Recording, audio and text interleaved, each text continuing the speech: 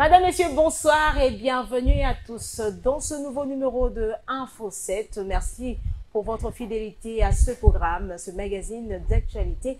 Et nous sommes là pour analyser une fois de plus l'actualité de la semaine qui reste notamment dominée par le choix pour le candidat de l'Union sacrée de la Nation au perchoir de l'Assemblée nationale, mais les différents candidats aux élections de gouverneurs, vice-gouverneurs, mais aussi sénateurs se préparent pour les élections qui seront donc le prochain. Ils seront connus dans les jours à venir. Alors, bienvenue à tous dans ce numéro qui a le plaisir de recevoir pour vous Maître Donald Kabasele, qui est avec nous sur ces plateaux. Il est cadre du parti présidentiel, Union pour la démocratie, bien sûr, et le progrès social, mais aussi coordonnateur de communicateurs de l'Union sacrée de la Nation. Bonsoir, Maître. Bonsoir, madame. Bonsoir à 2 millions de téléspectateurs qui auront l'occasion de nous suivre en ce moment. Comment vous allez? Ça va, madame, ça va. Alors, vous êtes de l'Union sacrée de la Nation, vous êtes aussi du parti présidentiel. Affirmatif. Comment se porte votre parti? Notre parti se porte très bien, surtout que, comme vous le savez, il est tenu de main de maître par le secrétaire général Augustin Kabouya, que nous appelons affectueusement AK-47, Mwanabouté Chingomo. Depuis qu'il a pris les commandes de notre parti UDPS, je peux vous rassurer, madame, qu'il y a de l'ordre et que les choses se passent beaucoup mieux qu'avant. Alors, les choses se passent beaucoup mieux qu'avant. Vous voulez nous dire que vous ne regrettez pas le départ de Jean-Marc Aboud? C'est vrai qu'au début, on avait l'impression que ça allait capoter, mais finalement, on n'a pas compris parce que c'est quelqu'un qui est pris d'un esprit qui paraît très supérieur. C'est quelqu'un qui est rassembleur parce que nous avons vu comment il a réuni toutes les tendances du parti. Il a favorisé les vrais combattants de l'UDPS. Avant, c'était des nominations qui paraissaient un peu fantaisistes parce qu'on pouvait prendre quelqu'un, on le présente du parti, et vous combattants, vous vous regardez, vous vous dites on ne l'a jamais vu. Mais depuis que Augustin Kabouya est là aux commandes, avec le concours de ses frères, je veux parler du VPM Peter Kazadi, qui, avec Yagi Modjanvita, avec Jacquemin Chardani, avec le professeur Paul et les autres, vous sentez qu'il y a une dynamique qui permet que le parti avance. Alors, comment réagissez-vous à ceux qui estiment que depuis que Augustin Kabouya est là, alors ils remettent en cause son leadership? Ben, ils n'ont qu'à... Parce que ça ne suffit pas de dire qu'on remet en cause un leadership. Nous partons de faits qui peuvent être concrets. Nous avons vu le parti divisé avec la base. Ça veut dire des nominations de certains responsables, des cellules, des sections, de fédérations, des sous-sections là où il y a des sous-sections. Et à tout moment, il y avait des échauffourées. Vous pouvez voir, ben, là-bas, au Katanga, ça brûle quelque part. Mais imaginez, il y a eu, là où il y avait des tensions, on a scindé des fédérations, on en a créé d'autres, on a rajouté des sections, on a effectivement implanté le parti. Il faut partir de faits vrais. Et comment imaginez-vous que l'UDPS ait un mauvais leadership, mais que ça devienne la première force politique du pays? Ça ne peut pas s'expliquer. Donc, si on est devenu aujourd'hui la première force politique du pays, c'est parce qu'effectivement, nous avons des dirigeants qui ont réfléchi, qui ont mis en place des stratégies pour avoir, d'une part, de mosaïques qui sont UDPS, avoir des alliances qui sont UDPS, et avoir nous-mêmes, en tant qu'UDPS, plus de 70 députés nationaux. Dont moi-même, même si on m'a injustement invalidé. Alors, vous parlez de vous. Donc, vous comprenez que dans cet élan-là, quelqu'un ne peut pas dire que le parti est mal géré. Tant que ce parti va produire aujourd'hui, après avoir produit le président de la République, ça c'était depuis 2019, et aujourd'hui, on a reconduit le président de la République, nous avons la primature, nous aurons de ministères, nous aurons tous... Aujourd'hui, on ne parle plus de nomination en échange d'argent. Ça ne se fait plus. Non, c'est déjà un moment passé. Aujourd'hui, on ne parle plus de la partisanerie, on ne parle pas de la confrérie, on parle de combattants qui se battent. Et je vous rassure, quand Augustin Kabouya fait ses listes, surtout pour des nominations, il part de nos cellules, de nos sections et de nos fédérations. C'est vrai que nous sommes un parti de grande liberté. Nous sommes un parti dans lequel tout le monde s'exprime. Et tout le monde peut dire tout ce qu'il pense. Même dans son petit coin, il peut raconter sa vie, il peut citer les noms de dirigeants du parti, il peut faire tout ce qu'il veut. Bon, ça, c'est la liberté. Mais oui, c'est la liberté, parce que c'est comme ça que nous avons grandi.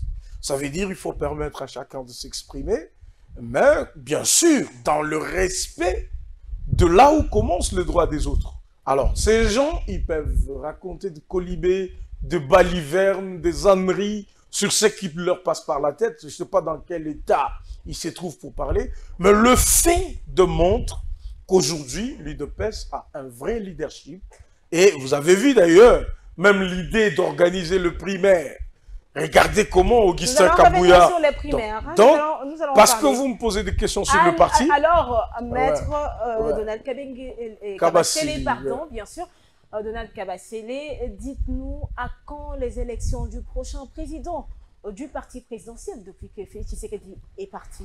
Qu'est-ce qui se passe? Ouais, écoutez. Vous êtes à mesure? Non, nous sommes à mesure. Alors, qu'est-ce qui bloque? Il y a, comme on l'avait expliqué depuis au début, d'ailleurs, ça ne pose plus de questions au sein de notre parti politique. Il n'y a pas de questions sur ça. Se pose la question. Oui, l'opinion pour l'opinion. Normalement, pour un parti bien organisé, ça ne devrait pas prendre du temps. Non, mais je peux vous expliquer? Allez-y. Permettez, merci.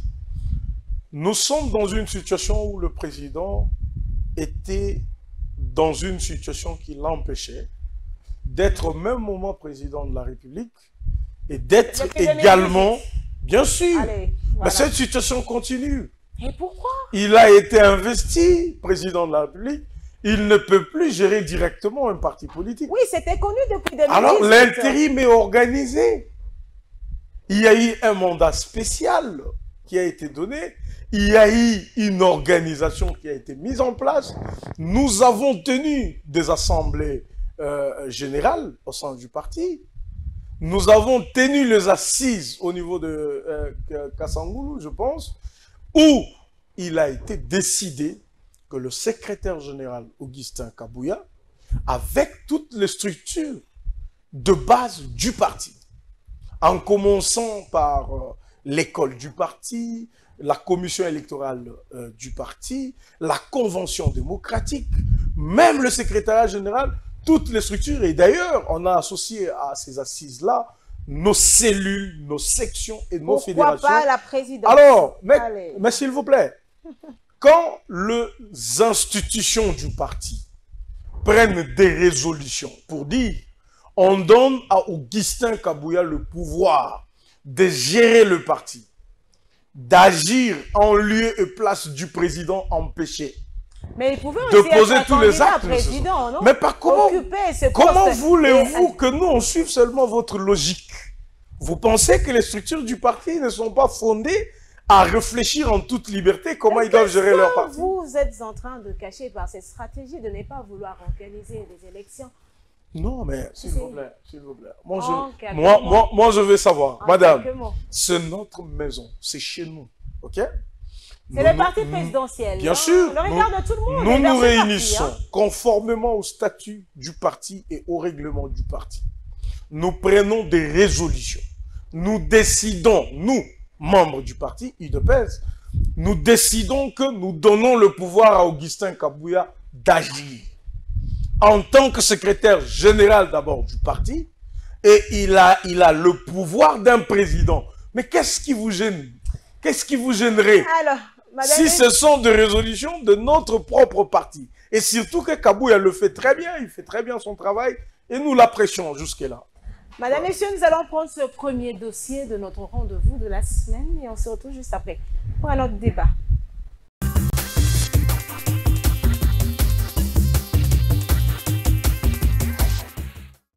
C'est un crime économique qui affecte la SNEL chaque mois. La Société nationale d'électricité est victime de vol de câbles en cuivre qui alimentent en énergie électrique des millions de ménages, des écoles, des hôpitaux et des entreprises surtout minières. Les lois en RDC les qualifient de vols simples en lieu et place des crimes économiques. Ce samedi 20 avril 2024, un lot important des câbles morcelés contenus dans 72 sacs ont été présentés au gouverneur de province, Jacques Ablakatoué, en présence du ministre provincial de l'Intérieur et d'autres autorités. L'affaire est en instruction. Ils ont ouvert les conteneurs. Dans les conteneurs, on a trouvé quelques kickbacks qui contenaient les câbles de la SNEL. Donc l'origine serait du vol. C'est pourquoi nous les avions saisis, nous les avions amenés auprès de notre bureau. Des invitations ont été déposées auprès de la société Polytra pour qu'ils viennent répondre. Jusqu'à ce jour, ils ne sont jamais venus. C'est pourquoi, Son Excellence, nous vous présentons les câbles volés qui appartiennent à la société SNEL. Ces 72 sacs de câbles électriques ont été trouvés dans des conteneurs dans la commune annexe. Le gouverneur Jacques Ablakatoué a demandé en urgence que la police élabore un procès verbal de restitution des câbles volés à la SNEL. En tout cas, coup de chapeau pour le travail que vous êtes en train d'abattre, monsieur l'inspecteur provincial de la police, avec toute votre équipe.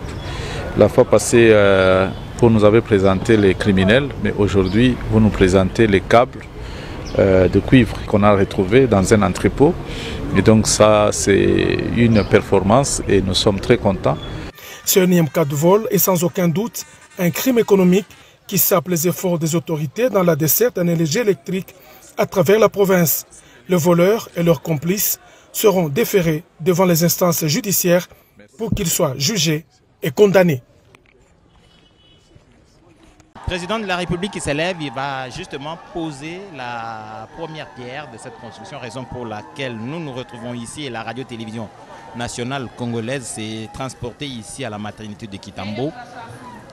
Nous avons le médecin Mounioka qui est de la maternité de Kitambo, monsieur le docteur.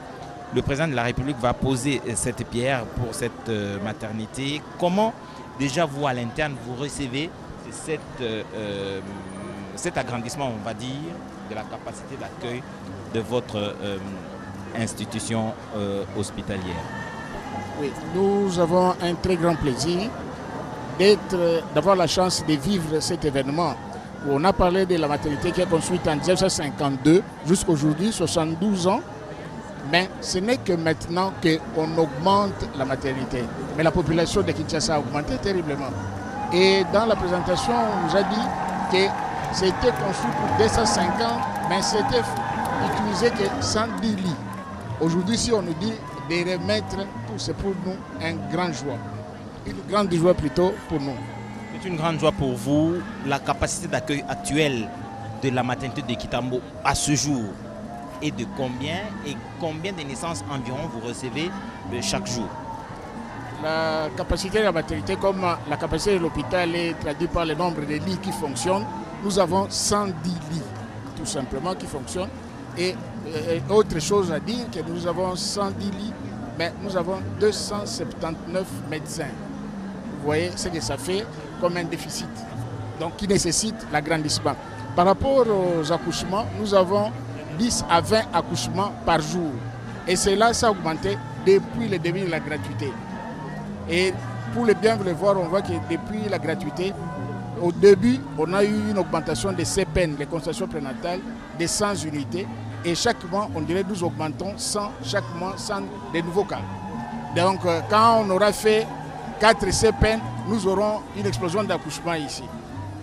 Donc 4 explosions d'accouchement, explosion des CPN, ça c'est une évidence.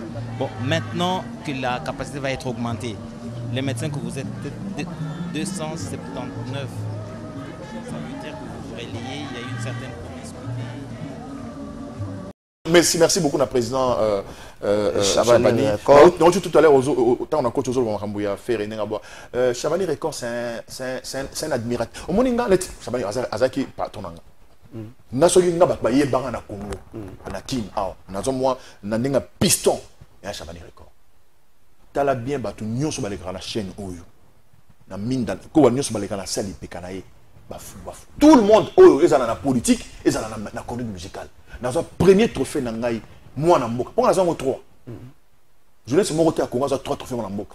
Je suis le seul, on a 3 trophées en Mboka. Donc, voilà. Donc, non, il faut remercier parce qu'on a aussi beaucoup appris. Donc, ce qui est important, c'est de rester ferme. Il a soutenu beaucoup d'artistes. Moi, je me rappelle encore, peut-être au émission où on a invité un thème sur le moment, parce que on a le bilan soutenu Mineti, on a dit Goloate. Le président Chabani Assala Mingi, on a fallu pour témoin Ngaïo. La première fois que j'ai raconté papa, c'était chez nous à la maison. Et j'avais l'âge de 16 ans. Je ne sais pas, aujourd'hui, ça fait pratiquement plus de 35 ans. Et je l'ai raconté chez nous à la maison. Ici, sur la rue Willery, croisement Willery, qu'on est en face de la boîte ici, c'est comment ça s'appelle encore, Ngoissouma, tout comme ça. J'habitais là-bas. Et c'était l'ami de mon père. Et en rentrant de l'école, je trouve papa un beau salon. Je dis, mais attends, mais c'est pas le monsieur que je vois à la télévision, c'est comme ça que je l'ai connu. Papa Mba, comme il m'a connu trop jeune, je ne sais pas si c'est psychologiquement, il me prenait toujours pour un fils et on n'avait pas beaucoup de... Ce qui fait qu'on ne se voyait pas beaucoup non plus. C'était par rapport à certains problèmes où il a dit, Gabi, tu sais Gabi, quand on a bangoté, il y a un monté, on a monté au salaire, solo, on a au salaire. Et c'est pourquoi il a dit ça. Et parfois, il m'est arrivé une fois, les rares de fois qu'il m'appelait pour... Il dit, mais Gabi, ok, mais yo na boy, mais Gabi, bon, Bobong Sango, c'était un peu comme... Pour lui, c'était vraiment... Papa, il me prenait comme son enfant, en fait. Et je crois que c'est... Il n'avait pas, peut-être pas compris comment un petit qu'il avait connu, un petit qui avait 16 ans, peut demain devenir producteur et produire de grandes personnes. Vous savez, moi, je viens du monde de funk et tout ça, donc tout ce qu'il a chanté comme Tokoningana, des chansons un peu funky comme ça qui m'intéressait. Et Siku Amungu aussi, par exemple. Siku Amungu, Tokoningana, qui était géré par un ami Guy Waku qui est à Bruxelles, qui est un grand arrangeur. Il a fait beaucoup de chansons, mais ce sont les 2 chansons qui m'ont beaucoup plus intéressé.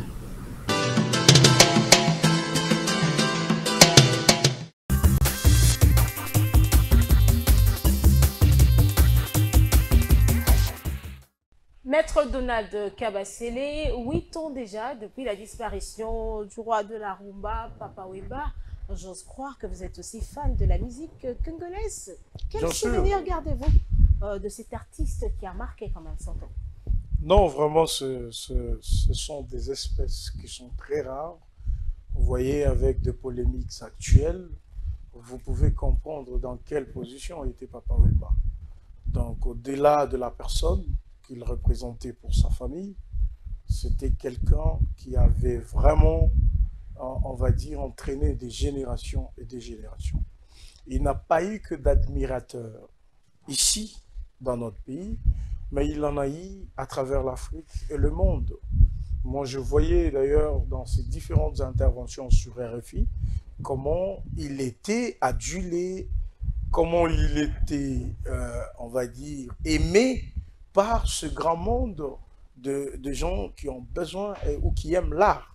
Papa Wemba nous laisse vraiment des souvenirs derrière lui. Nous avons d'abord ses œuvres qui sont effectivement des chefs-d'œuvre. Et donc aujourd'hui, 8 ans après sa disparition, beaucoup de gens n'y croient pas, même moi-même. C'est vrai que je n'ai pas eu le temps d'être avec lui, de parler avec lui, de connaître la personne qu'il était. Non, mais je vous dis souvent, et surtout après sa mort, on a pris le temps de nous intéresser un peu plus. Je vous dis que c'était un éducateur, au-delà de nous faire du charme à travers ses chansons. C'était un éducateur, c'était vraiment quelqu'un de très formidable. Et donc, on a une pensée pieuse pour lui. Nous demandons que Dieu l'accueille dans sa félicité. Et au même moment, vous avez vu comment le président de la République, d'une manière ou d'une autre, a honoré la mémoire de cet homme en montant toute une statue pour lui. C'est des choses que les autres régimes n'ont pas fait, il faut le reconnaître. C'est depuis 2016 qu'il est mort. Exactement. Et il fallait que Tshisekedi arrive pour que quand même cette icône de la musique congolaise, vraiment qu'on ne passe pas inaperçu, qu'il ne passe pas non plus, que sa mort ne le fasse pas disparaître, voyez-vous? Parce que ça peut arriver qu'un artiste meure et que finalement il disparaît. On dit souvent que l'artiste ne meurt pas. Ouais, parce que ce sont ses œuvres qui Alors, Maître Donald, vous êtes bien sûr du pouvoir. Ouais. Je veux quand même ici énumérer les mots qui rongent aujourd'hui Kinshasa, les mots aujourd'hui qui caractérisent la vie de plusieurs Congolais. Vous allez nous dire aujourd'hui au pouvoir, est-ce une déception? Qu'est-ce qui a manqué? Alors, je m'en vais donc parler d'abord de ces embouteillages. Dans la capitale de la RDC, un casse-tête aujourd'hui, on ne sait plus qui est responsable parce que les chauffeurs parlent des autorités, donc c'est un jeu de ping-pong. Alors de l'autre côté, l'eau est devenue presque une denrée plus que rare à Kinshasa comme dans certaines provinces. Pour parler également de l'électricité, on revient aussi à la hausse des prix de carburant. L'autre côté, les produits de première nécessité. Et de l'autre côté, on a le prix de transport qui augmente. Silence radio du côté des autorités. Alors, Maître Kabassé. Les autorités ne sont pas là pour parler. Les autorités sont là pour agir. Je pense que notre population n'a pas besoin de voir les autorités venir et leur dire « Écoutez, la situation va se calmer. » Non. Il faudra également communiquer. Il faut effectivement arrêter des politiques publiques, comme c'est en train d'être fait, pour rencontrer effectivement cette crise. Parce que je veux vous rappeler, madame, que la crise telle que vous la décrivez, elle est d'abord une crise mondiale. Vous savez, hein, quand on parle du Congo... Même lorsqu'il faut parler de l'eau, c'est mondial. S'il vous plaît. Embouteillage, c'est mondial. S'il vous plaît, je veux vous démontrer que c'est mondial. Démontrez-nous. Ça veut dire que quand on parle de la RDC, on a tendance à penser que nous sommes un pays à part entière et que, en étant tel, les réalités du monde ne peuvent pas nous affecter. Parlons du carburant. Aujourd'hui, en France, ça c'est pour l'Europe, je cite la France, je reviens ici, allez-y au Burkina Faso, allez-y au Kenya, 1 litre de carburant se négocie entre 2 $ et 2,5 $. Ça, c'est la situation générale. Et d'ailleurs, on prédit que ça ira en montant, en s'accentuant. Mais écoute, nous avons pris des mesures de résilience économique pour essayer de juguler la crise, pour que notre population ne la ressente pas. Et nous sommes parmi le top de pays qui ont maîtrisé la montée du prix du carburant. Nous sommes à 1,5 $. Ça veut dire, nous avons maintenu le cap entre 1 $ et le 0,5 $. Donc nous sommes à 1,5 $. Et effectivement, pour notre population, qui était habituée à acheter ces carburants à beaucoup plus moins cher, eh ben, elle verra que à 1,5 $, c'est un peu beaucoup. Vous voyez?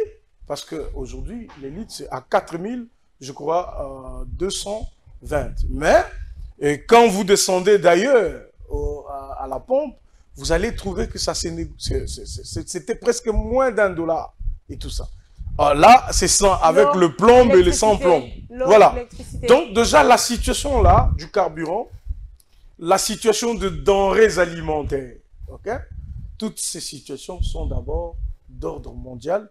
Les conflits entre la Russie et l'Ukraine, ce sont des grands producteurs du gaz, des grands producteurs de carburant. Alors que l'agriculture était parmi les priorités du chef de l'État. Parce que d'abord, pourquoi nous dépendons? Parce que nous avons une économie, pas de production.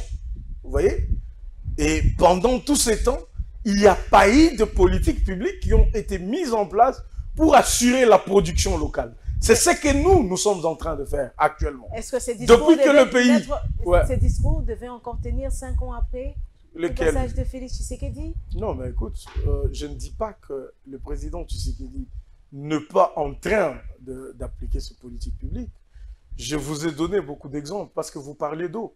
Vous savez, on a construit sur l'ensemble du territoire national près de 15 sites, des 15 nouveaux sites, vous voyez, des usines qui vont donner de l'eau aux Congolais. Vous voyez? Et depuis l'indépendance, jusqu'à ce que nous, on arrive, ce sont les mêmes usines d'adduction d'eau que vous connaissez qui existent. Mais en son temps, Ngombe ne manquait pas d'électricité. Non, mais s'il vous plaît, ça s'est fait vraiment... Arrêtons avec cette attitude de donner l'impression qu'avant c'était mieux. C'était la même situation. Non, dans les faits, d'ailleurs, plus que ça. Non, il faut reconnaître que Ngombe ne manquait pas du courant. Là, c'est à quelle période? À quelle période? Ah, vous faites semblant de ne pas... Moi, j'ai été à Gombe, je crois bien, en 2010. On avait un problème sérieux d'eau à Gombe. Mais Congo Web n'avait pas ce problème. Ah, mais peut-être parce que certainement vous avez un équipement vétuste. Vous avez un équipement vétuste. Ou vous faites semblant de ne pas reconnaître que la situation... Madame, je reconnais que la situation n'est pas très bonne. C'est quand même empiré. Mais je n'accepte pas qu'elle se soit empirée parce qu'il n'y en avait pas de meilleur avant. C'est ce que j'essaie de vous faire comprendre. Je suis d'accord avec vous que nous voulons que les services de fourniture, tous les services publics, l'eau, l'électricité, on veut que nous ayons ça en permanence et que nous ayons ça à tout moment qu'on en a besoin. Ça, c'est l'idéal. Mais ça arrive que quand on est en train de faire des constructions, eh ben, il y a des moments à observer pour voir si les choses seront en place. Alors, Maître Kabasele, en un mot, aujourd'hui, Kinshasa, géré par Jean-Tini Ngobila, qu'il a dit d'ailleurs sur une chaîne de la place, qui reste le meilleur gouverneur avec plus de réalisations. Ben, ça, c'est dans sa tête. Je pense que c'est dans sa tête. Oui, c'est dans sa tête qu'il pense qu'il est le meilleur gouverneur. Vous aussi, vous pouvez penser que vous êtes la meilleure journaliste du monde. Vous pouvez le dire. Mais c'est nous, ce sont les gens qui vivent ça, qui peuvent vous dire si vous êtes tel ou pas tel. Vous voyez? Mais s'il le dit, peut-être parce qu'on le dit. Moi, c'est mon point de vue. Le gouverneur Jean-Tini a mal géré la ville de Kinshasa. Aujourd'hui, on parle d'insalubrité.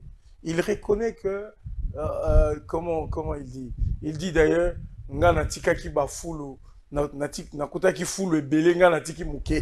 donc c'est déjà irresponsable. Je ne sais pas s'ils prennent des choses avant de faire toutes ces déclarations-là. Mais sinon, tu sais, toute la ligne, il a mal géré. Il n'y a même pas de débat à faire là-dessus. Madame, messieurs, nous prenons le deuxième dossier de notre rendez-vous de la semaine. Et là, nous allons nous rendre notamment à la Chambre basse du Parlement pour parler des primaires.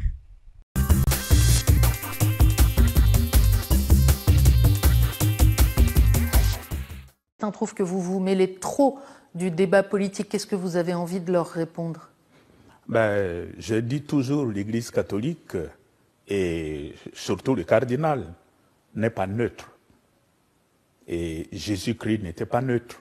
Sur cette question-là, la classe politique aurait aimé voir l'Église catholique ou le cardinal du Congo garder une attitude de neutralité par rapport à leurs actions. Mais si l'Église catholique arrive à ça, c'est que l'Église a pris position pour le puissant contre le petit. Or, nous avons levé l'option d'accompagner notre peuple dans sa quête d'un peu plus de dignité. Et naturellement, notre prise de parole, notre prise de position agace ceux qui font souffrir le peuple. Pas du tout, parce que je suis quelqu'un de conviction d'abord et de foi en Dieu. Je n'avais jamais demandé d'être candidat président de l'Assemblée nationale. J'étais en réalité le choix du président de la République depuis plus de 2 mois. Les autres sont venus exprimer leur desiderata. Le président a essayé d'aplanir les angles des uns des autres. Et puis finalement, il a dit, pourquoi pas Ce n'est même pas lui qui a dit, c'est l'un de nous qui a dit mais pourquoi pas nous renvoyer aux primaires. Parce que le président nous a donné plusieurs opportunités d'être ailleurs qu'au Parlement. Et moi j'étais convaincu qu'avec le travail inachevé, injustement, que j'avais fait au Parlement et au regard des enjeux dans la région de Grand Lac, ma place était ici, en dehors de la primature. J'ai accepté, et nous tous nous avons accepté, sportivement de nous livrer à ces primaires. Ça fait rehausser la démocratie en République démocratique du Congo. Ce n'est pas facile. Le cœur bat la chamade là-bas. Quand on commence à citer les noms, Kamere Mbosso Bati, Kamere Mbosso Bati, ce n'est pas facile. Mais nous sommes des politiciens. Nous savons que des sommes, des échecs, toujours on arrive à la réussite. Mitterrand avait fait 21 ans avant d'accéder à la présidence de la République. Après 15 ans exactement, et vous pouvez compter sur moi, puisqu'en peu de temps déjà, en 2 ans et 3 mois, j'avais fait beaucoup de réformes. Et là, j'en ai beaucoup dans ma tête, déjà en préparation. Si le gouvernement est en retard, moi, je vais les faire sous forme de propositions de loi et on avance parce qu'il y a des possibilités. Moi, je voudrais réhabiliter l'Assemblée nationale, que les gens respectent l'Assemblée nationale, puisque les institutions de la République sont connues et bien listées dans la Constitution. Il y a le président de la République, qui est la première institution. Il y a l'Assemblée nationale, qui est la deuxième institution. Il y a le Sénat, qui est la troisième institution. Il y a le gouvernement, qui est la quatrième institution, et les cours et tribunaux, cinquième institution. Et une autre institution dont on ne parle pas assez, mais que vous connaissez, c'est les médias. Excellence, Monsieur le Président, l'honorable Vital Kamerhe. Monsieur le Président de l'Assemblée nationale, félicitations. Mes respects, Excellence. Mes respects et merci pour tout. Merci pour tout. Aujourd'hui, c'est un grand jour. Nous étions 3 candidats et le président a voulu qu'on applique la démocratie parce qu'il ne voulait pas avoir de préférence pour l'un ou l'autre candidat. Je dois d'abord rendre grâce à Dieu qui a fait que cet événement puisse avoir lieu. Remercier le président de la République pour la confiance qu'il m'a toujours faite. Et je réitère ici cette confiance auprès de la haute autorité de l'Union sacrée. Je voudrais aussi féliciter les organisateurs, c'est-à-dire le présidium, aujourd'hui présidé par l'honorable Augustin Kabouya, président AI de l'UDPS. Remercier le président Bosso et le président Bahati qui étaient dans la course avec moi. Nous avons gagné ensemble parce que nous avions pris l'engagement devant le président de la République de mener un combat loyal, démocratique, et que ce combat ne laisse pas de séquelles, que ce combat ne nous divise pas, que ce combat se fasse dans la loyauté, et que bien au contraire, que celui qui gagne puisse avoir un regard tout à fait particulier envers et respectueux envers ceux qui ont perdu, et que ceux qui ont perdu comprennent qu'ils n'ont pas été frustrés, mais c'était la volonté de la classe politique, de la majorité. Ici, je remercie particulièrement la première formation politique que j'ai eu à rencontrer, c'est-à-dire l'UDPS, et ses alliés qui comptent beaucoup de députés au sein de la Chambre, qui peuvent faire basculer les choses dans un sens comme dans un autre. Je remercie tous les regroupements de l'Union sacrée qui m'ont fait confiance. Je remercie les amis du PSR, Tony Kankou, Jean-Lycée Boussa, Julien Paloukou, Bokele et d'autres qui nous ont accompagnés dans ce dur combat. Maintenant que je vais devenir président de l'Assemblée nationale, inévitablement, parce que je serai le candidat de l'Union sacrée de l'opposition, candidat unique, et je voudrais rassurer tout le monde que nous allons travailler dans l'harmonie, que nous allons faire en sorte que nous puissions redorer l'image de l'Assemblée nationale et des députés nationaux. Nous allons faire en sorte que la séparation des pouvoirs soit une réalité. Nous allons pousser le gouvernement, la première ministre et les ministres à remplir leurs assignations contenues dans le programme du gouvernement, dont le contrôle parlementaire sera de rigueur. Nous allons faire en sorte que les cris de détresse de notre population profonde soient relayés dans les débats à l'Assemblée nationale. Et surtout, cette agression rwando-ougandaise contre notre pays, et particulièrement dans le Nord Kivu et dans l'Ituri, il faudra que là, cela se sache. Nous allons faire en sorte que les réformes soient élaborées et adoptées à temps pour que les actions du gouvernement trouvent un matelas sur lesquels elles vont prospérer et porter des fruits en termes d'héritage que le président voudrait laisser à notre pays. Effectivement, réussir, parce que être investi, c'est une chose, mais le vote, c'est un vote au scrutin secret.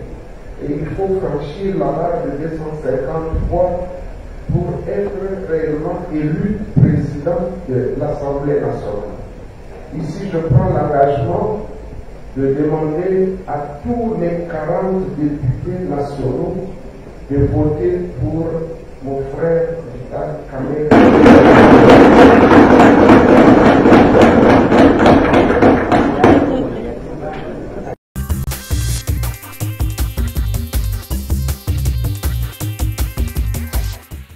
Alors, vous avez suivi la sortie médiatique du cardinal Ambongo lorsqu'il parle de la gestion de la RDC par le régime actuel. Votre réaction à chaud? Moi, j'ai comme l'impression que le cardinal ne sait pas ce qu'il dit. Il ne sait pas ce qu'il dit. Comment ça? Parce qu'il dit qu'il ne doit pas être neutre. Je ne sais pas s'il lit bien la Bible. Un pasteur, c'est un rassembleur. Un pasteur, c'est celui qui part pêcher même les âmes de ceux qui sont méchants pour leur faire revenir à la raison. Un pasteur n'a pas un camp. Un pasteur, oui, il voit le mal, il ne le fait pas pour vexer. Il le reproche parce qu'il a besoin que quelqu'un revienne à la parole de Dieu. Un pasteur, ce n'est pas celui qui s'unit avec des gens qui prennent des armes et qui attaquent leur pays. Là, le pasteur ne dit rien. Quand il y a le Nanga dans la brousse, vous avez déjà suivi ce pasteur, ce cardinal. Depuis que Nanga est dans la brousse là-bas, vous l'avez déjà suivi condamner ça. C'est ça un pasteur. Quand les autres font la rébellion avec des armes, le pasteur, le cardinal Ambongo, lui applaudit. Là, c'est les camps du bien. Quand le pouvoir trébuche, ce sont de laisser pour compte. Ce n'est pas un pasteur. C'est ça la conclusion. La conclusion, c'est que ce n'est pas un pasteur, c'est un politicien. Ah, le cardinal Ambongo. Le cardinal, c'est un politicien. C'est connu. C'est un politicien. Et c'est un opposant. Si, c'est ce que vous ne savez pas. C'est parce que lorsqu'il vous dit la vérité, vous n'êtes pas d'accord avec lui. Non, mais est-ce que vous n'avez pas compris les caractéristiques d'un pasteur? Il dit qu'il est plus du côté de la population. Mais quelle population? Il est du côté des Nanga, il est du côté des autres, il est du côté des opposants, il est du côté de ceux qui sont contre le pouvoir. Alors pour quelle finalité c'est son côté. il sera contre Mais il faut lui poser des questions. Vous voyez comment il était en train de balbutier? Est-ce qu'un pasteur peut parler comme ça? Vous êtes sûr? Un pasteur va rejeter les autres parce qu'ils sont pécheurs. Il va s'attacher aux autres parce qu'ils sont saints. Donc tout ça est déjà connu. D'ailleurs, il n'y a même pas de débat à faire. C'est connu que le cardinal Ambongo est un politicien et c'est un opposant. C'est comme ça qu'il faut l'appeler pour être à l'aise. Parce que quand on met le terme cardinal, ça perd tout son sens. On ne peut pas avoir un pasteur qui n'est pas rassembleur. Il ne mérite plus être cardinal? Non, j'ai dit, en fait, vous savez, quand nous, on voyait un monsieur l'abbé, pour nous autres qui avons fait le séminaire, quand vous voyez un prêtre venir, donc vous vous sentez rassuré. Vous vous sentez rassuré. Et quand un prêtre parle avec vous, il vous prêche l'amour, il vous prêche le pardon, il vous prêche la réconciliation. Depuis qu'il s'attaque au pouvoir, le cardinal, vous l'avez déjà entendu prêcher la réconciliation? Prêcher l'amour? Prêcher le pardon? Pas du tout. Alors, il fait sa politique, mais seulement il est en soutane. C'est un politicien en soutane. C'est ce qu'il faut dire. Et nous regrettons vraiment d'avoir vraiment ces types de pasteurs. Nous regrettons. Et je pense que l'Église catholique du Congo a de problèmes parce que nous avons de politiciens à la tête de l'Église. C'est très dangereux. C'est très dangereux. Et donc, le Saint-Père, s'il nous suit, parce qu'il veut mettre le Saint-Père dans ses positions politiques. Non. Le Saint-Père, quand il arrive à l'époque, on voyait comment le Saint-Père arrivait peut-être en Irak, là où il y a la guerre. Il prêche tout le monde. Vous avez vu le Saint-Père quand il est venu ici, comment il a parlé. Vous avez vu le Saint-Père comment... Donc c'est ça, nous sommes habitués avec cette église. Il a même interpellé les prélats. Cette église catholique. Pour même tirer les oreilles de prélats qui font la politique. Mais le cardinal Ambongo n'arrête pas de faire la politique. C'est un amoureux de la politique, il ne peut pas laisser. Alors, Maître Donald, aujourd'hui, Vital Kamerhe est déjà le candidat de l'Union sacrée de la nation, je le disais, pour le perchoir de l'Assemblée nationale. Alors, la question de plusieurs Congolais, s'il était déjà le choix du chef de l'État, Félix-Antoine Tshisekedi, qui est le number one de l'Union sacrée de la nation, pourquoi organiser le primaire? Parce que qui voit Félix Tshisekedi, voit l'UDPS, voit les alliés, voit les mosaïques qui sont aujourd'hui UDPS qui est avec ses alliés et autres, la première force politique. Pourquoi organiser les primaires? C'est même ça la démocratie. Parce que c'était déjà prévisible. Non, mais s'il vous plaît, moi, vous pouvez être mon choix dans une compétition. Moi, je peux choisir, si on me demande mon point de vue, je peux dire que c'est vous, mon choix. Vous voyez? Mais je peux rencontrer l'opposition des autres. Est-ce le choix? S'il vous plaît. Donc, pour dire qu'il n'y a pas une famille politique où il y a tellement de démocratie comme l'Union sacrée de la nation. Et l'autorité de référence de l'Union sacrée, qu'on appelle le président de la République, il est tellement démocrate que, en voyant qu'il y a deux points de vue opposés, il a préféré une voie démocratique. Compétissez, allons-y aux primaires pour voir si le choix des députés nationaux se portera sur qui. Fallait-il organiser ces primaires à l'Assemblée nationale? Mais pourquoi on organise des primaires en France? Pourquoi seulement à l'Assemblée nationale? Pourquoi on organise des primaires en Allemagne pour désigner? Le choix de l'endroit, c'est un vote des députés. Vous voyez? Le choix est un choix judiciaire. On peut choisir une des salles de l'Assemblée nationale, ce n'est pas un péché. Est-ce le choix aussi de la population congolaise? Non, mais la population congolaise s'exprime à travers ses représentants qui sont des députés nationaux. Ça, c'est sûr, vraiment, dans notre pays. Ah, mais comment vous voulez qu'on fasse avec un micro baladeur pour demander à la population est-ce que vous êtes d'accord ou pas? Non. La voie institutionnelle, c'est que les députés nationaux représentent la population. Oui, c'est devenu comme un slogan. Bah. Alors, non, c'est une réalité, madame. Est-ce qu'aujourd'hui, c'est une question d'un internaute qui demande, Vital Kamerhe, pendant la campagne électorale, voulait bien être directeur de campagne. De Félix Tshisekedi, ça n'a pas été le cas. Qu'est-ce qui a changé aujourd'hui pour que Félix Tshisekedi prenne toute cette charge? C'est une question d'un internaute. Et confier la charge de l'Assemblée nationale à Vital Kamerhe. Mais parce que c'est lui le maître. Nous l'avons choisi comme notre autorité. Il a changé. Il sait quoi faire et au bon moment. Vous voyez? Moi, par exemple, parce que on parle de tout ça, le président sait que moi, j'ai subi une injustice. Ah, Félix Tshisekedi. Le président le sait que Donald Kabasele, maillot jaune à Kananga, vous ne pouvez pas aller à Kananga, poser la question à Kananga, tout le monde va vous dire que lui a été injustement invalidé par la Cour constitutionnelle. Donc vous êtes en train de nous dire que vous doutez encore de la justice. Non, mais s'il vous plaît, je vous donne un exemple. Je sais où est-ce que j'arrive. Allez-y.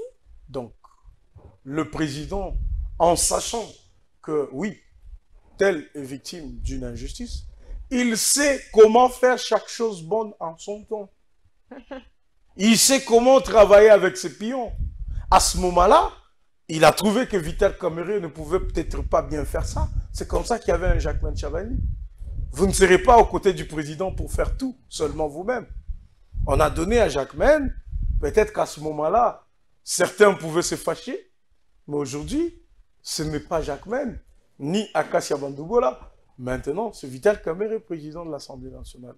Demain, on verra qui pourra être ministre après-demain, qui pourra jouer les rôles de mandataire selon les compétences des uns et des autres. Et donc, quand on a une autorité de référence, eh ben, on n'a pas beaucoup se poser donc, des questions. Vital Kamerhe, un choix judiciaire. Un choix judiciaire de l'Union sacrée, parce que... et puis, je devrais rappeler On que n'aura pas de c'est surprise. Vital Kamerhe qui a dit, en réalité, j'étais le choix du président. C'est lui qui l'a dit. Oui. C'est pas le président qui l'a dit. Voilà. C'est très important. Mais c'est comme je dis, même si Vital Kamerhe était le choix du président, alors le président n'a pas voulu imposer son choix. Comprenez qu'il est démocrate. Il pouvait dire, prenez seulement Vital Kamerhe. Mais il dit, allez aux primaires. Donc, il n'y a pas un président aussi démocratique. C'était juste une formalité. Parce que qui dit Félix Tshisekedi voit la majorité parlementaire. Non, mais pas seulement parce que vous pouvez partir échouer aussi. Hein. Donc, on peut s'attendre aussi à une surprise. Parce qu'il y a quand même des mécontents. Non, il n'y a pas de surprise possible. Il y a quand même des mécontents. Non, pas du tout. Vous êtes quand même sûr qu'il y a des mécontents. S'il vous plaît, les règles étaient déjà définies. Comment ça se passe? Vous partez, vous trois, aux primaires. Ceux qui perdent, ils doivent appeler leurs votants à voter celui qui a gagné. Et nous sommes une famille politique organisée. Rassurez-vous que c'est Vital Kamerhe qui passe président de l'Assemblée nationale. Et pour ça, je félicite encore le membre du Présidium de l'Union sacrée, le secrétaire général Augustin Kabouya, pour cette grandeur d'esprit et pour cet arbitrage pacifique qui a débouché effectivement au choix de Vital Kamerhe. Mesdames, Messieurs, nous allons prendre ces dossiers pour parler du prochain gouvernement, mais aussi le dossier Nicolas Kazadi, forage en République démocratique du Congo, la correction des erreurs par la Cour constitutionnelle.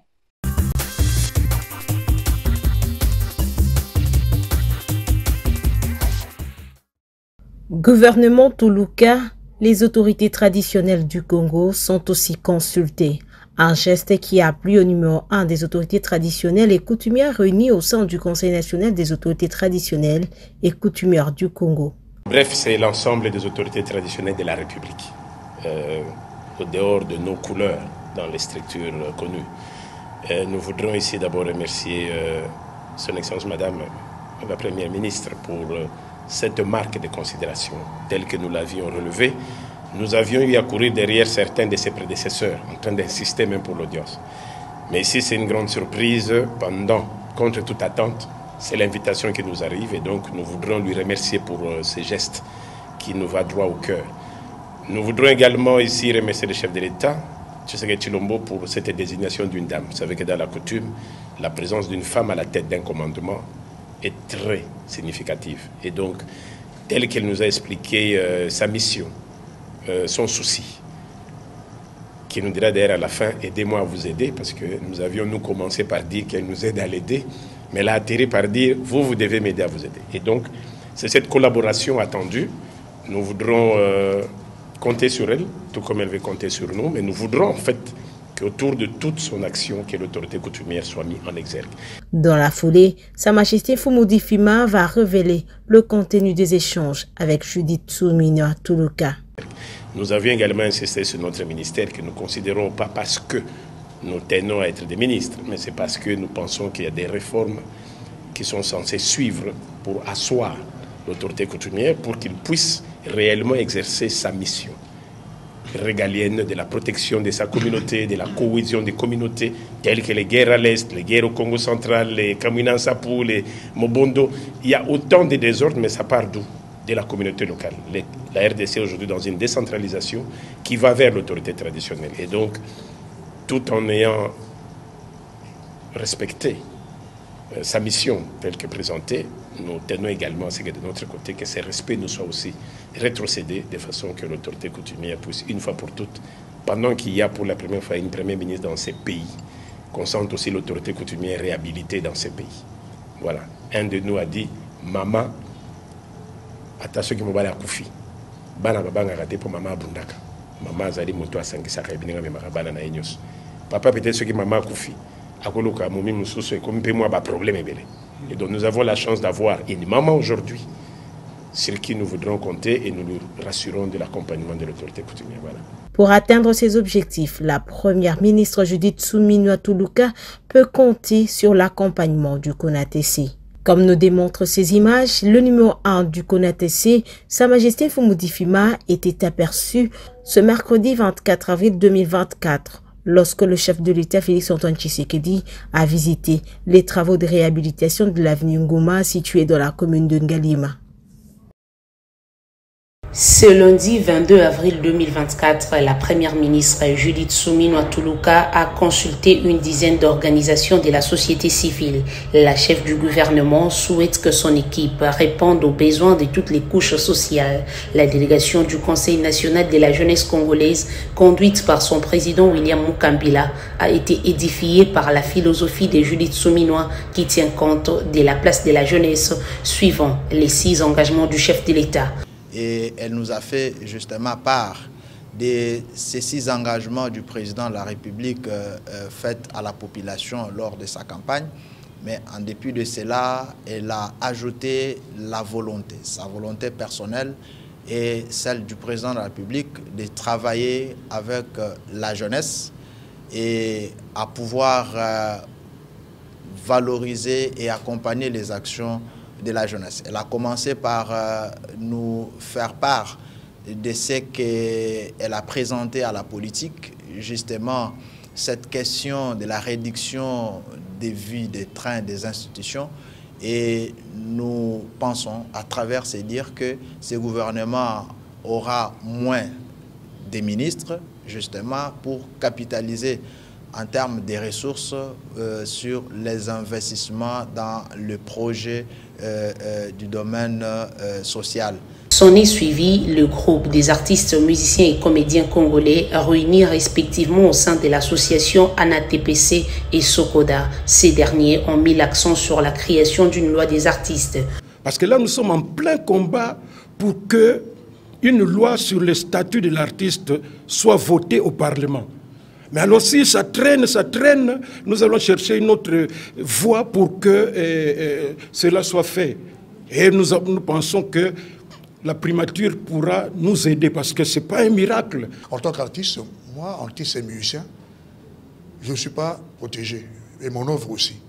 Parce que ça fait des années que nous attendons la promulgation de cette loi sur les artistes qui traînent, ça fait des décennies.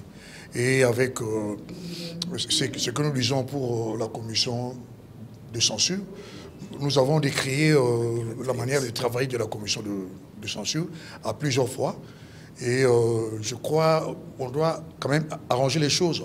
Les autorités coutumières de la République démocratique du Congo invitent la première ministre à prendre en compte la demande de la création de leur propre ministère qui viendra, selon eux, à résoudre plusieurs problèmes, notamment les conflits ethniques. Nous avions également insisté sur notre ministère que nous ne considérons pas parce que nous tenons à être des ministres, mais c'est parce que nous pensons qu'il y a des réformes qui sont censées suivre pour asseoir l'autorité coutumière pour qu'il puisse réellement exercer sa mission régalienne de la protection de sa communauté, de la cohésion des communautés, telles que les guerres à l'Est, les guerres au Congo central, les Kamina Sapu, les Mobondo. Il y a autant de désordres, mais ça part d'où? De la communauté locale. Rappelons par ailleurs que cette phase de la société civile avait débuté le samedi dernier avec les organisations des femmes. Et je crois que ce problème des forages, ce problème des lampadaires, illustre la difficulté dans laquelle nous sommes. Moi, je ne peux pas venir ici, alors que depuis 30 ans, on dit pays corrompu, pays corrompu. Je vais venir ici dire non, moi, je suis différent, je vais tout changer du jour au lendemain. Je ne pourrais pas tout changer du jour au lendemain. Mais ce qui est important, c'est d'être conscient de là où pour les forages. Et si je me suis trompé, j'accepte que vous me disiez que je me suis trompé. Nous recevons, quand nous venons à faire, nous recevons un dossier qui n'a pas commencé avec nous. D'ailleurs, on appelle ça forage à tort parce qu'il s'agit de stations d'adduction en eau et de distribution d'eau, quelque chose comme ça. Nous recevons un dossier qui a été signé, boutiqué, avant nous, sous le Premier ministre Ilunga Ilunkamba, par un ministre du Développement rural qui n'est pas l'actuel. Et puis, il a signé, c'est passé au marché public, validé, c'est passé chez le Premier ministre de l'époque, validé, parce qu'il doit signer tous les contrats, et ça arrive juste au moment où nous arrivons aux affaires. Et le ministre actuel nous ramène le dossier en disant il faut faire avancer ce dossier. Vous savez qu'en 2021, nous étions encore dans le contexte de Covid, où la question de l'accès à l'eau était une urgence pour se laver les mains pour des tas de besoins. Et donc, il pousse le dossier de bonne foi. Il pousse le dossier et il amène le dossier chez moi pour que ce soit payé. Il fait la demande. Ce dossier est passé même en Conseil des ministres, etc. Moi, je dis, je veux bien payer, mais 400 000, parce que je fais vérifier par mes services. J'ai des ingénieurs dans mon équipe qui regardent. C'est une lecture rapide, parce que ce n'est pas notre métier. Nous ne sommes pas sectoriels. Mais c'est quand même une lecture sur des questions techniques pour avoir un avis, avoir une opinion, un jugement, avant de payer. Ça, c'est le rôle du ministre des Finances. Il n'entre pas en profondeur dans la question technique, mais il donne un avis, il donne un jugement, une appréciation. Et mes services me disent, ça fait environ 400 000 $ par station, ça paraît élevé comme coût. C'est difficile d'accepter ça. Et je dis à mon collègue, il faut revoir vos prix, retourner discuter avec votre partenaire, parce que mes services me disent que 400 000 $, 390 et quelques mille, c'est élevé comme prix moyen. C'est un prix moyen parce que selon les endroits, ça peut coûter plus cher ou moins cher. Et je lui renvoie donc qu'il revoie sa copie.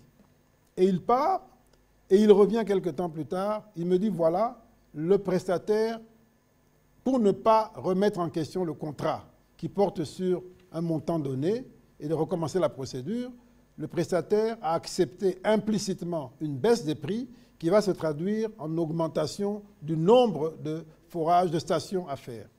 340 stations supplémentaires. Donc on passe de 1000 à 1340. Je donne à mes services me disent oui, ça peut passer.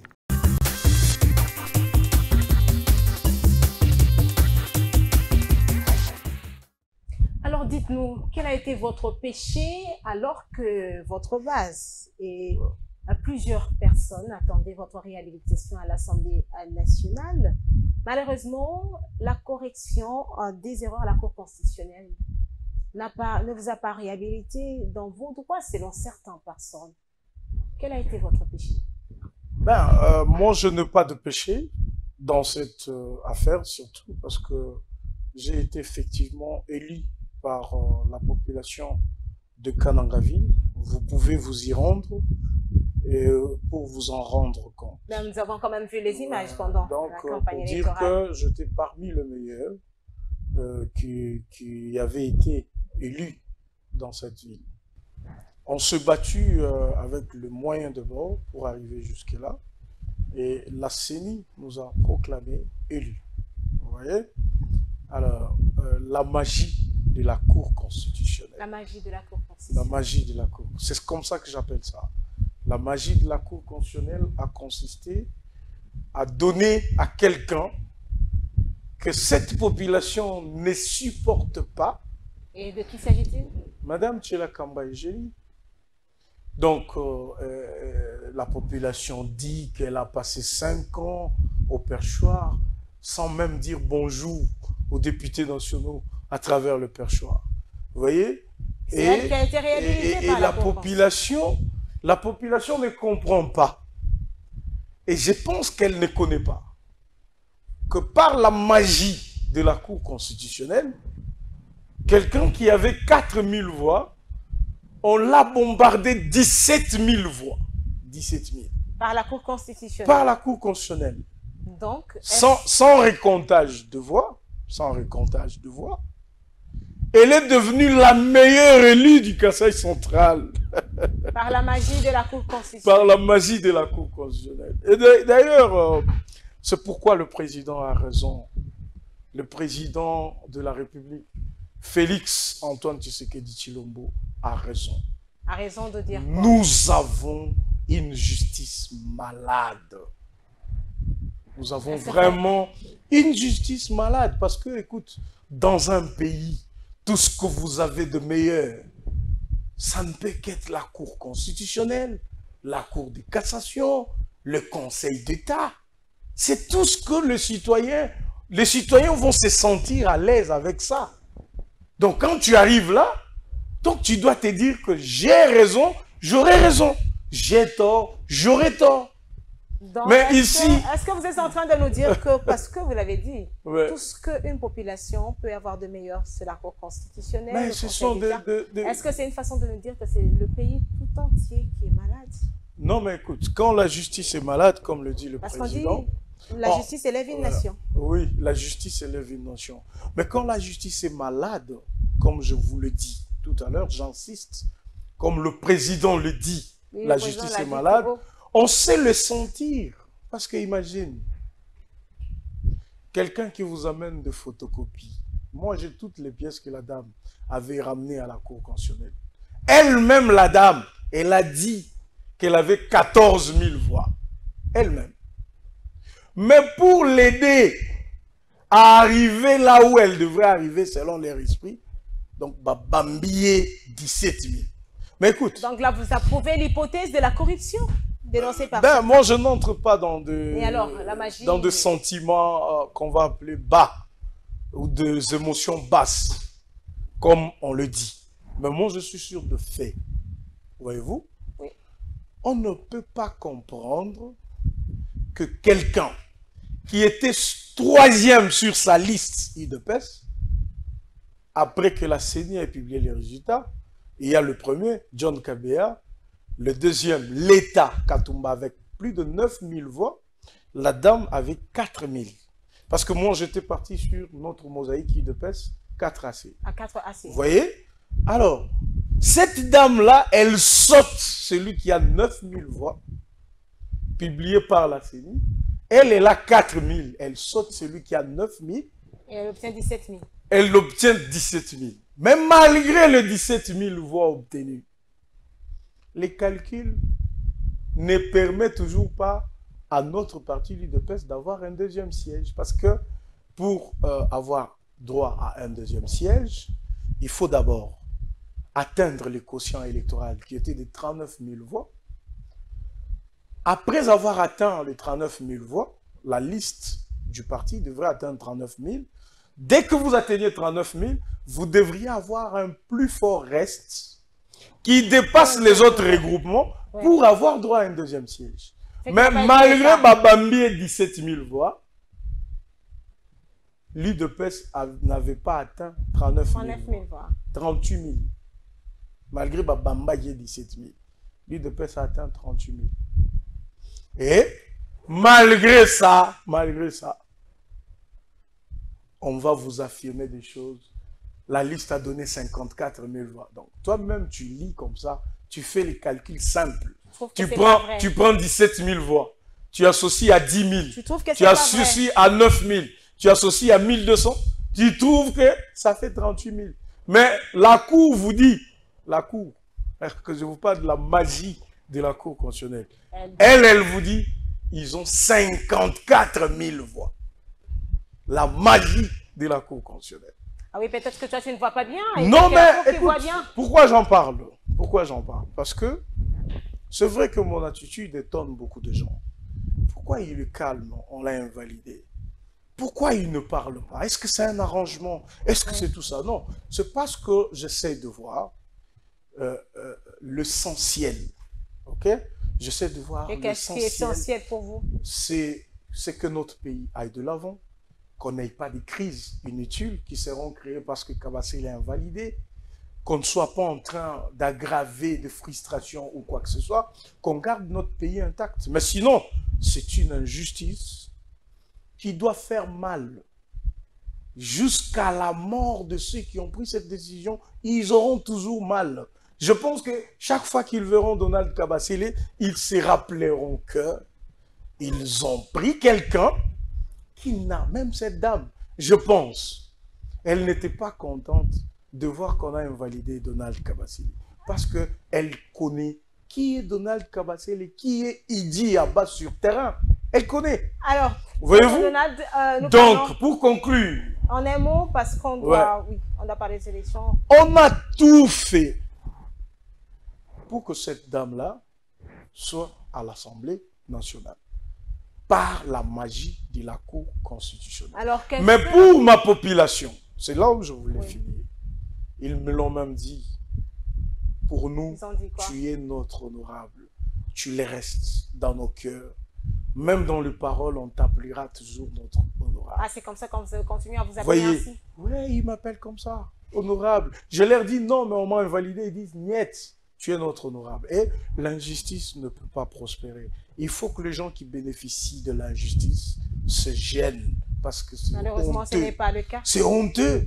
C'est honteux de bénéficier d'une injustice. Vous n'avez pas parlé seulement du cas de McDonald's, mais il y a aussi certains... Il y a beaucoup de cas, oui, je comprends. Il y a beaucoup de cas. Et donc, c'est même ce qui nous fait penser qu'il faut effectivement des réformes profondes dans la justice, parce que nous devons avoir l'homme qu'il faut à la place qu'il faut.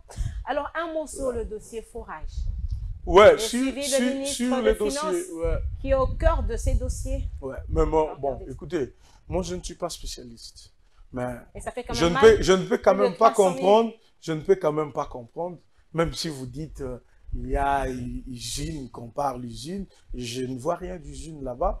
C'est juste un truc de traitement d'eau. Je ne vois pas comment ça peut faire plus de 290 000 $. Non, mais c'est pas possible. Et il y a des journalistes qui font des investigations qui disent que ce n'est même pas le nombre qui est donné de forages qui sont effectivement livrés. On dit que c'est moins que ça. Et donc, alors, moi, je ne comprends pas pourquoi le ministre des Finances se met au devant de la scène. Il n'a pas à se victimiser parce que ce n'est pas lui. Il dit que c'est un dossier du ministère rural. Développement rural. Du développement rural. L'ancien. Non, mais si c'est un dossier du développement rural, je ne vois pas pourquoi le ministre... Non, tous les dossiers qu'il paye, il paye quand on lui amène des trucs pour payer. Il doit être calme. Alors c'est un peu ce qui inquiète. On s'est dit, est-ce que le ministère de Finances se reprocherait de quelque chose? Chez nous, à l'IDPS, quand vous détournez, on va vous arrêter. Même si vous êtes fils maison. Arrêter et on va vous arrêter. Après. Non, on va vous arrêter si on vient de parler de la justice. Comment voulez-vous que ça marche si au niveau de, on va dire, c'est quand même la sommité de la justice. Si on sait faire ça, prendre des dames, et qu'au Bamba Bango, 17 000 voix et tout, mais qu'est-ce qui se suivra? Qu'est-ce qu'on fera d'un détourneur de millions? Donc un deuxième mandat qui n'est pas facile pour Félix Antoine. Qui n'est pas facile parce que nous devons appuyer la justice. Et je comprends pourquoi le président parle de la justice. Parce que la conclusion de tout, c'est la justice. Arrêter l'arbitraire, c'est la justice. Remettre les gens sur le chemin, c'est la justice. On va dire quoi? Arrêter les détourneurs, c'est la justice. Ouvrir des infos, c'est la justice. Maintenant, si elle est malade, c'est que Félix Tshisekedi ne va pas... Alors, nous devons juste mettre des gens qu'il faut. C'est tout ce qu'il faut faire. Madame, Messieurs, prenons ce dernier dossier, la situation dans la partie est de la République démocratique du Congo, on en parle.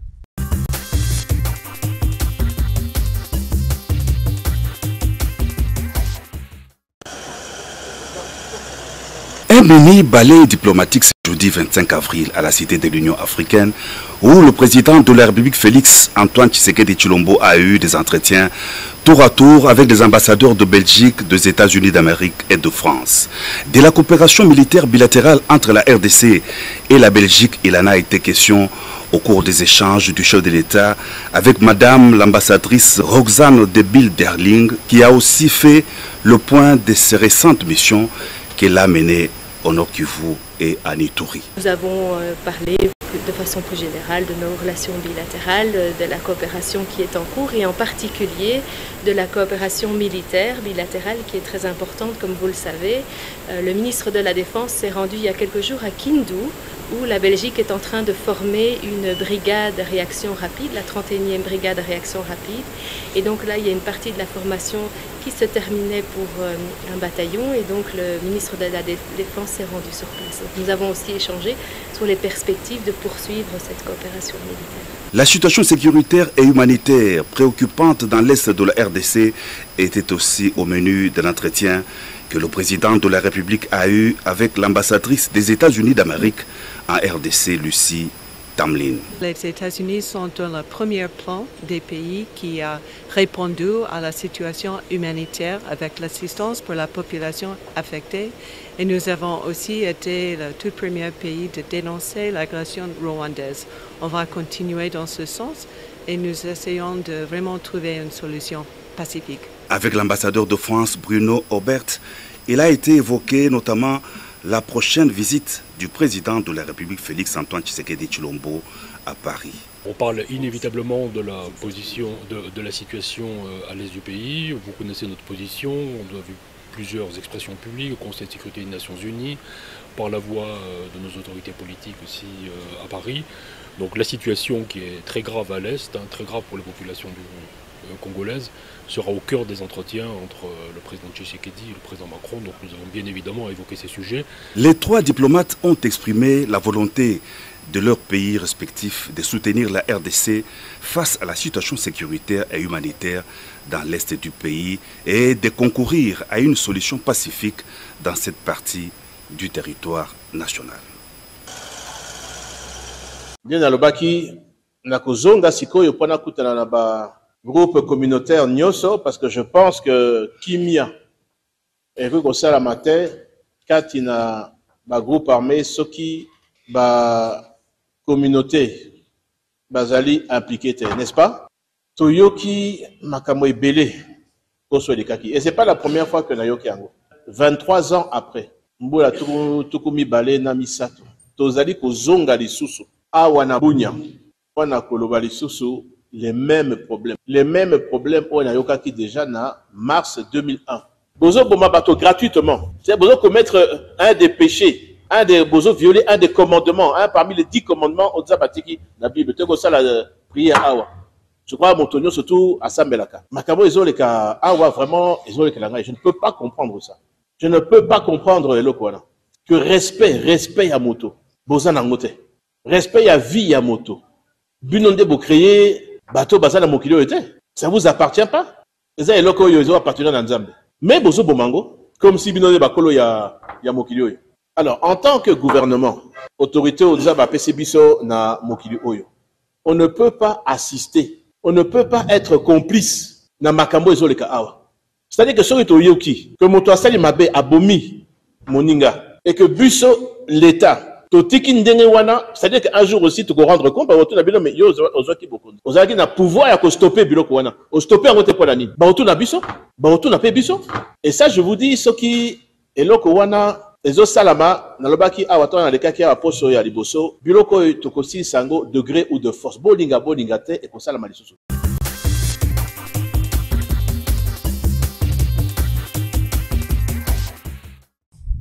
Maître Donald, vous le savez certainement, au niveau d'insécurité dans la capitale de la RDC, certains coins où on voit le paisible citoyen qui ne vivent pas donc dans la quiétude. Alors, on voit directement le ministre de l'Intérieur avec Maître Peter Kazadi. Plus d'une personne estime que la charge est au-delà de la personne de Peter Kazadi qui n'a pas pu relever le défi. Non, c'est complètement faux. C'est faux. Alors, c'est votre point de vue. Plusieurs personnes qui sont passées d'ailleurs sur ce plateau. Maître Bazin Pembe est même revenu pour le dire qu'il n'attendait rien de Maître Peter. Je pense que ceux qui disent ça, ils ne comprennent rien de ce qui a été trouvé dans cette ville ou carrément dans ce pays comme insécurité. Vous voyez, ils ne connaissent pas. Aujourd'hui, est-ce que vous savez que avec le VPM Peter Kazadi, le phénomène d'enlèvement dans du taxi catch s'est arrêté complètement? Est-ce que vous le savez? Vous ne réalisez pas ça parce que ça ne fonctionne plus. On a dû mettre en place des bataillons qui ont fouillé sérieusement ces gens. Aujourd'hui, les Quinoises et Quinois peuvent prendre des taxis, se déplacer sans problème. Mais chaque jour, les gens étaient tués dans cette ville. J'étais, vous le savez.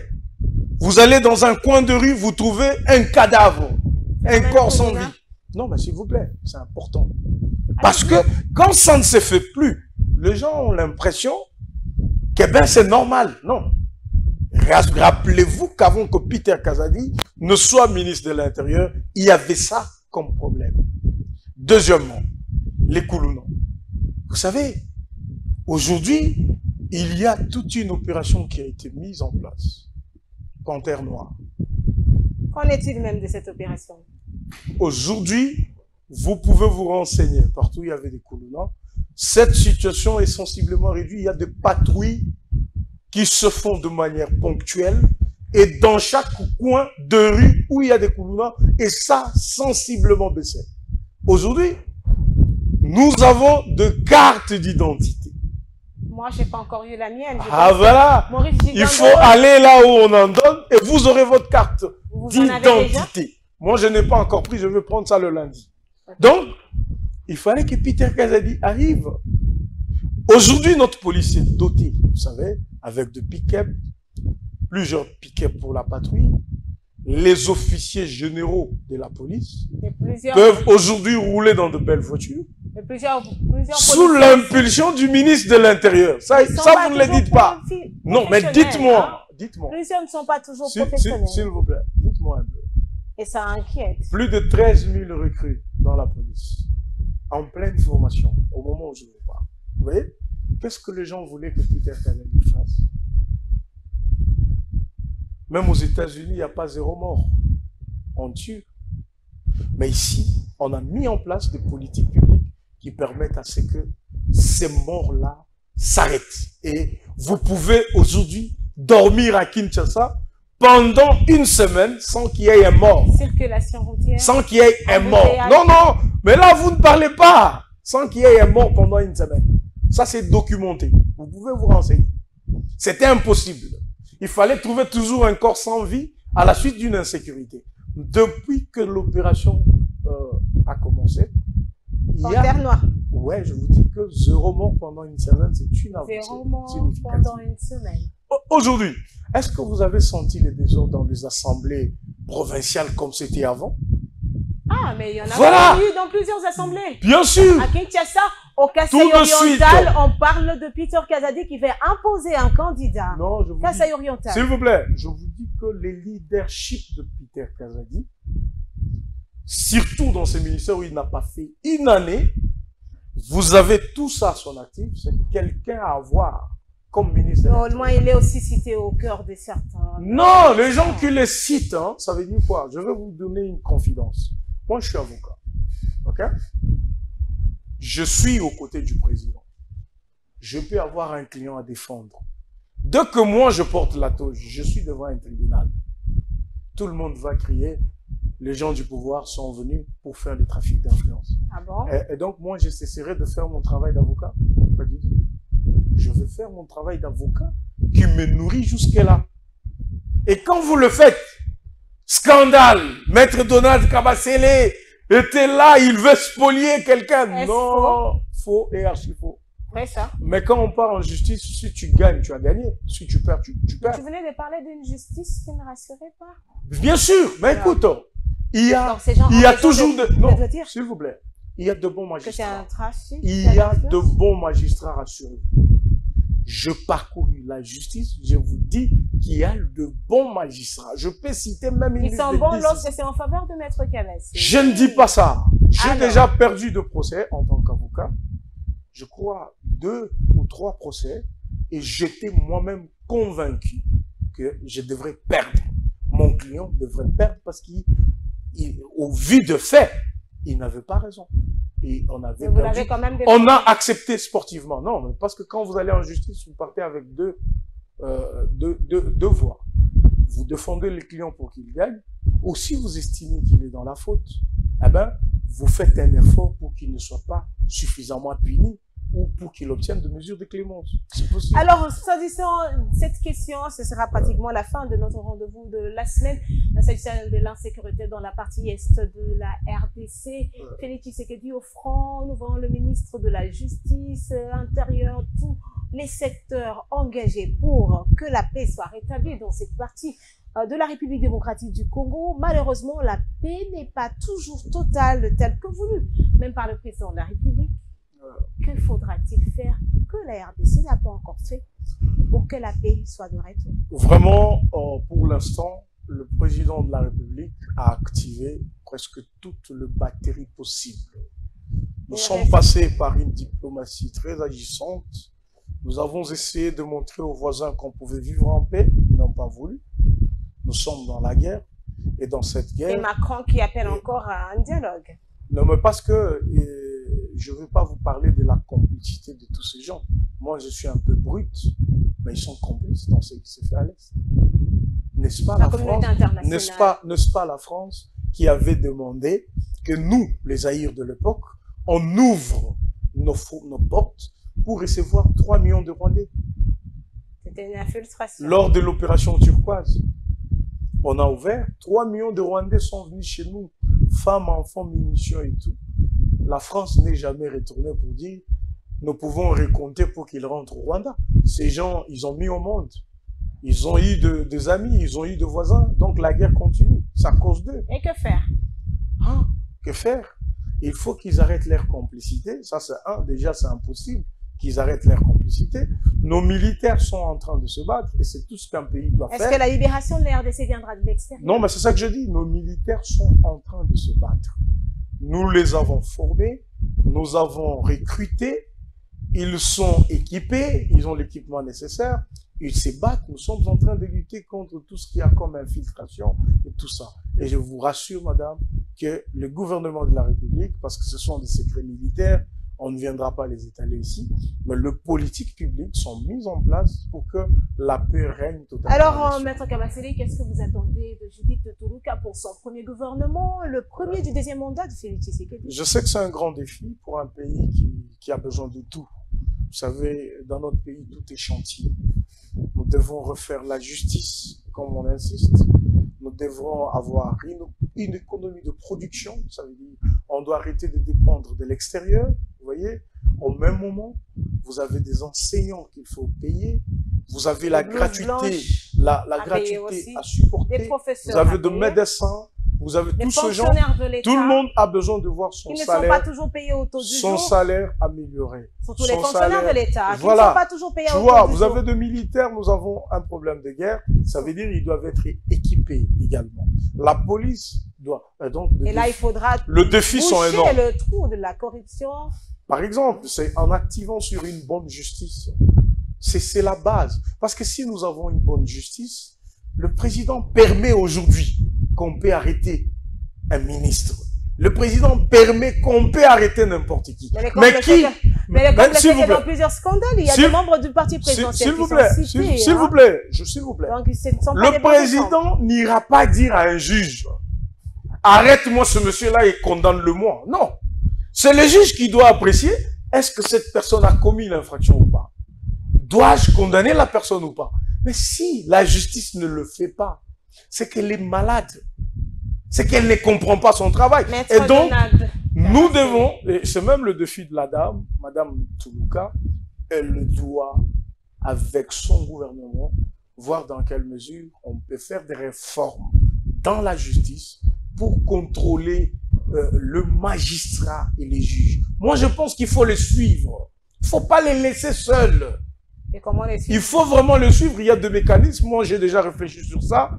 J'ai d'ailleurs tout un projet sur ça. Et je pense que je vais partager ça à qui de droit pour que les choses s'améliorent. Alors, Maître Donald Kabasele, nous sommes pratiquement à la fin de ce numéro qui a eu le plaisir de vous recevoir. Vous avez quelques minutes pour vous adresser à cette population qui vous a suivi une fois de plus après plusieurs années dans Info 7. Voilà, merci beaucoup à cette population qui m'a beaucoup réclamé. Je parle de notre population quinoise et aussi des téléspectateurs. Et là aussi, je dis qu'il y a les élections déjà au Kassai dans plusieurs provinces pour les gouverneurs.